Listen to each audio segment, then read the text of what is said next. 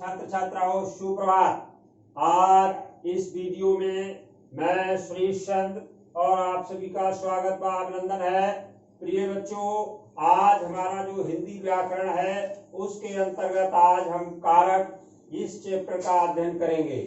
ये कारक बहुत महत्वपूर्ण हैं और ये पाठ 8 के अंतर्गत है आपकी बुक में, चैप्टर 8।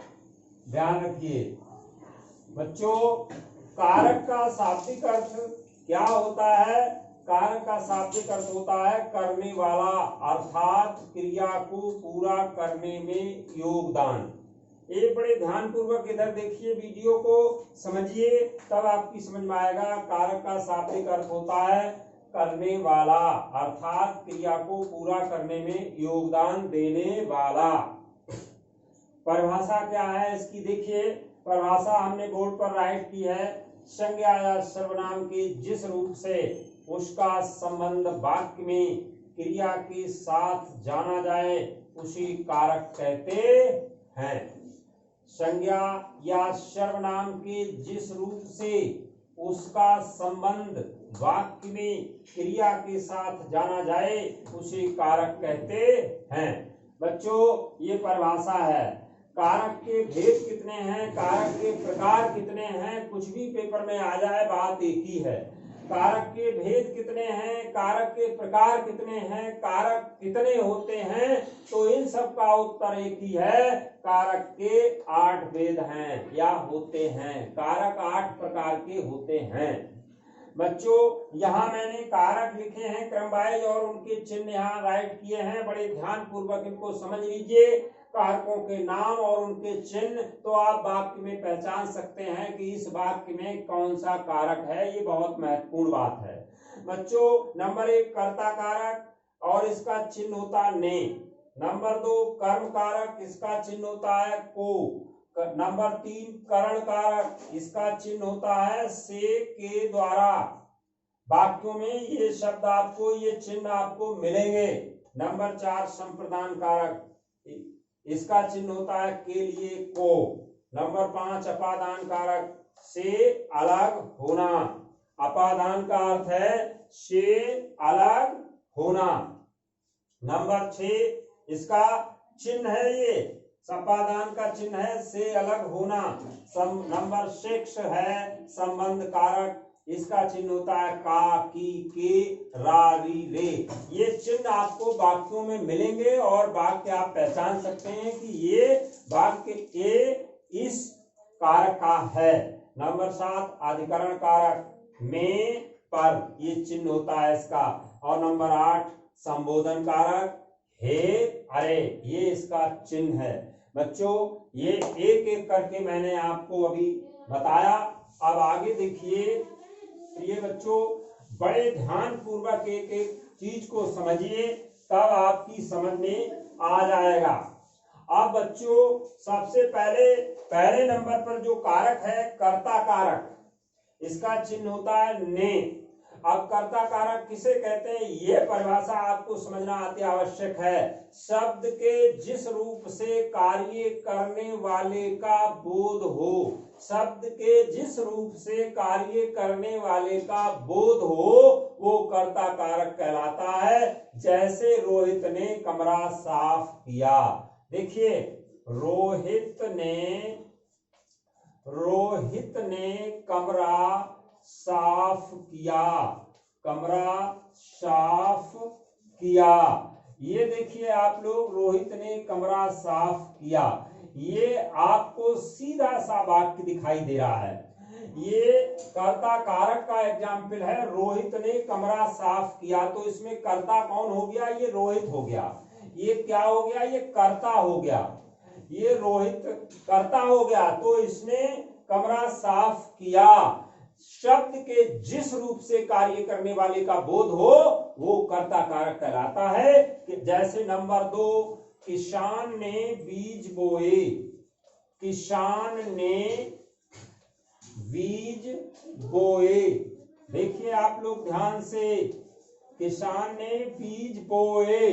अब यहाँ पर देखिए आप लोग, किसान ने बीज बोए, चिन्ह यहाँ ने आ रहा है और इस वाक्य में भी ने आ रहा है, तो इसमें किसान हो गया, क्या कर्ता हो गया। तो ये समझ में आ गया होगा कि ये वाक्य जो है वो कर्ता कारक हैं। आप देखिए नंबर 2 पर है कर्म कारक। कर्म कारक किसे कहते हैं? वाक्य में शब्द के जिस रूप पर क्रिया का फल पड़े उसे कर्म कारक कहते हैं। जैसे न्यायाधीश ने अपराधी को दंड दिया, जैसे न्यायाधीश ने अपराधी को दंड दिया। आप देखिए अपराधी को दंड दिया। अब यहां पर आपको पहचान करनी है कि इस वाक्य में कौन सा कारक है। तो न्यायाधीश ने अपराधी को दंड दिया। किसको दंड दिया? अपराधी। तो ये क्या हो गया? देखिए कर्म कर रहा है कि कर्म कारक वाक्य में शब्द के जिस रूप पर क्रिया का फल पड़े। अब दंड क्या है? इसमें एक क्रिया है और ये कर्म कारक है, और ये दंड क्या है? ये क्रिया है। तो क्रिया का फल पड़ रहा है किस पर? कर्म कारक पर। कर्म कारक अपराधी है, समझ में आया? पुलिस ने अपराधी को पकड़ लिया। पुलिस ने अपराधी को पकड़ लिया।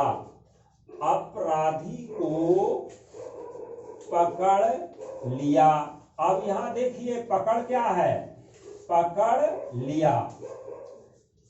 यहां पर देखिए अपराधी को, अब यहां पुलिस ने अपराधी को पकड़ लिया। अपराधी क्या हो गया? कर्म कारक हो गया। और पकड़ हो गया क्रिया। ये क्रिया है, समझ में आ गया?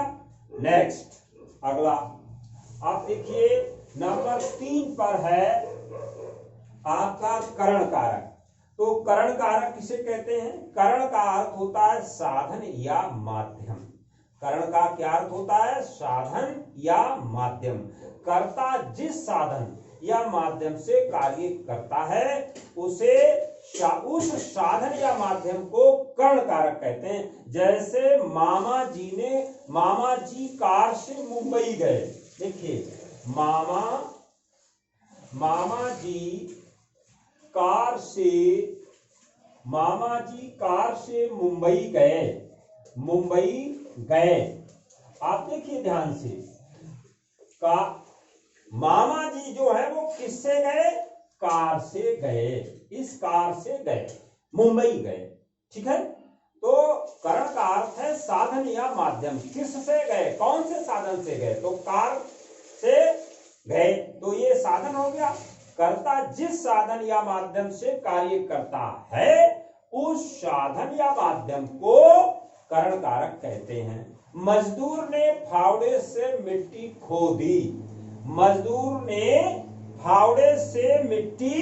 खोदी। तो ये क्या हो गया? फावड़े इसको क्या कहेंगे? साधन। मजदूर ने, देखिए ध्यान से देखिए, मजदूर ने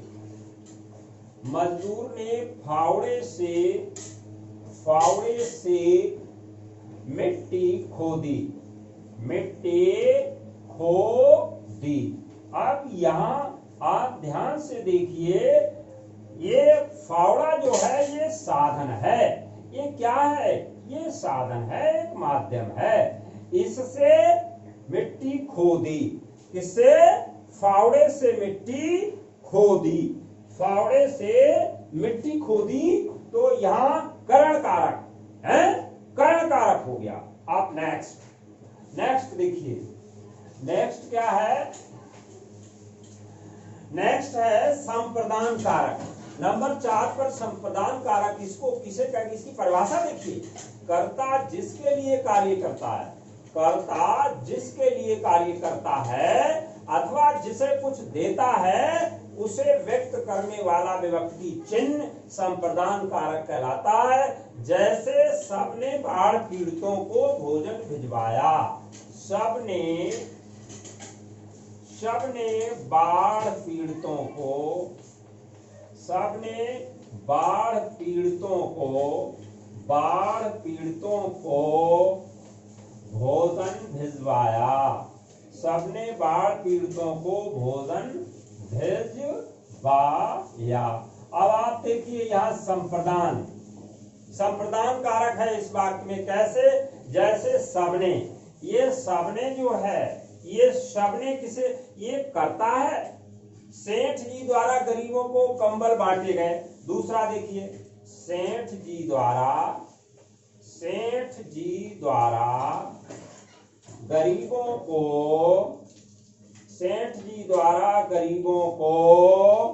कंबल बांटे गए।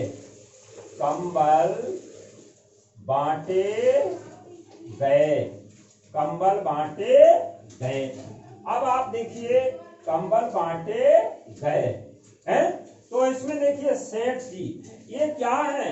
ये सब करता है। क्या है? करता है। इनके द्वारा काम किया गया। अब बाढ़ पीड़ितों को, गरीबों को, बाढ़ पीड़ितों को और इन गरीबों को, बाढ़ पीड़ितों को और इन गरीबों को, ये क्या है? कार्य किया गया। इनके लिए कार्य किया गया। ये इन्होंने करता, सबने और सेठ ये करता है, और ये क्या है? कार्य किया गया इनके लिए, बाढ़ पीड़ितों के और गरीबों के लिए। अब आज की वीडियो में इतना ही, और शेष अगली वीडियो में आप लोग देखेंगे, समझेंगे। बच्चों, मैं समझता हूं जिस बच्चे ने ध्यानपूर्वक अगर देखा होगा, सुना होगा, समझा होगा एक एक चीज, तो आपकी समझ में कारक आ गए होंगे। और ये वीडियो आपको अच्छी लगी हो तो लाइक और सब्सक्राइब अवश्य करें, ताकि अगली वीडियो अपलोड हो तो आप तक तुरंत पहुंचे। बहुत बहुत धन्यवाद।